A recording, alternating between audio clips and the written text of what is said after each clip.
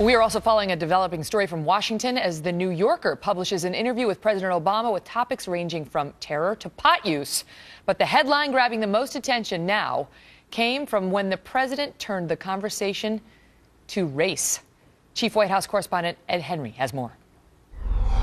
Good evening, Megan. Really some of the bluntest comments on race of his presidency, simply because he does not usually touch this subject. It is just so hot politically, but also because the context here is a long interview in the New Yorker magazine. In fact, a series of interviews over the last few months. This is over 17,000 words in the story itself. And the president was talking not just about his own role in history, but specifically why his poll numbers have been coming down so hard in recent months. Clearly, Republicans believe it's because of health care and other issues. The president, though, was saying that race is at least a factor here, though he quickly added that sometimes race can also help keep his allies on board. In full, the president saying, quote, "There's no doubt that there are some folks who just really dislike me because they don't like the idea of a black president." Now, the flip side of it is there are some black folks and maybe some white folks, the president says, who really like me and give me the benefit of the doubt precisely because I'm a black president. Interesting, that was also said in the context of the president's suggestion that may also be a factor in why he can't get a lot of his agenda passed on Capitol Hill. Maybe this has something to do with the Republican opposition to him on the Hill. The president, who likes the Godfather movies, even joked at one point in this interview that unlike Marlon Brando, he's found that when it comes to working with Congress, there's no such thing as an offer they can't refuse. Megan? Ed, thank you. Joining me now for more on this, Mark Hanna, a 2008 campaign aide to President Obama and media studies adjunct professor with the New School, and Lars Larson of Compass Media, host of the Lars Larson Show. Guys, good to see you. And so the pushback on the president for this remark has been, how do you attribute falling poll numbers while you are president to your race? Lars?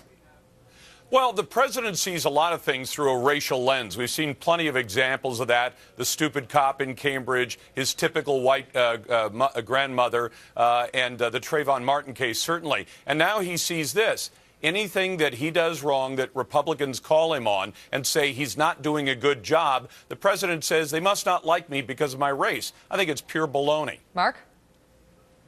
I think that Lars's commentary here and the commentary you're going to hear from a lot of right-wing pundits is absolutely predictable. The president, though, said no such thing. And I just want to state from the outset on Martin Luther King's birthday that to call the president his, quote, race baiting, which somebody like Sarah Palin has done, is just shameful. Look, if we can all read the quote again, Lars, you, I, Megan, will all agree with the factual accuracy that, yes, indeed, there are people who don't like him because he's a black president. Let me just stop you there, because when I first saw the quote, I said, explain the controversy. And my understanding is it's because it was raised as an explanation for why his poll numbers are falling. Exactly. He's the same race today as he was back in 2008, Mark.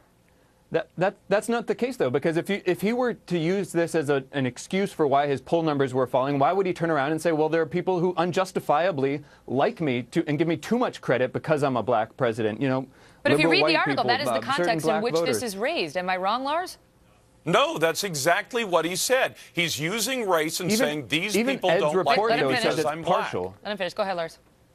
No, he's saying these people don't like me because I'm black. And as you point out, an awful lot of Americans, the majority of whom are white, voted for him by a majority because they liked the ideas he put forward. Now, I'll admit, there probably were some bigots out in America who said, I'm not voting for him because he's black. And we all know that those numbers are tremendously small. And there were a large number of voters in some states who probably voted for him as a result of his race. The statistics seem to bear that out. But now he has to make excuses because his poll numbers stink right now. So he says this must be an example of people disliking me because of my race. And he knows that in some quarters that explanation will be welcomed. What of it, Mark? Because a lot of people look at this and say maybe Obamacare and the president being the one to offer lie of the year, according to PolitiFact. So that may have had more of an effect than the race, which you had the same race just a few years ago. Right.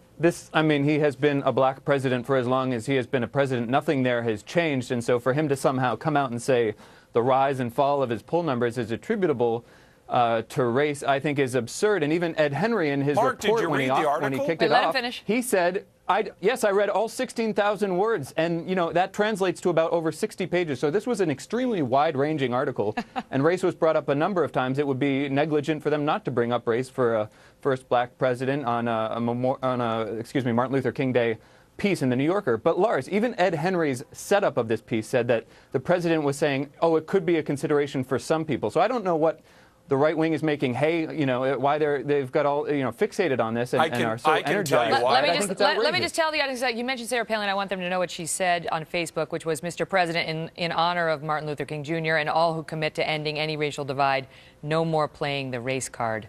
I got to go. Good debate, you guys. How was that? Thank you, How was that playing the Megan. race card? Thanks, Megan. See ya.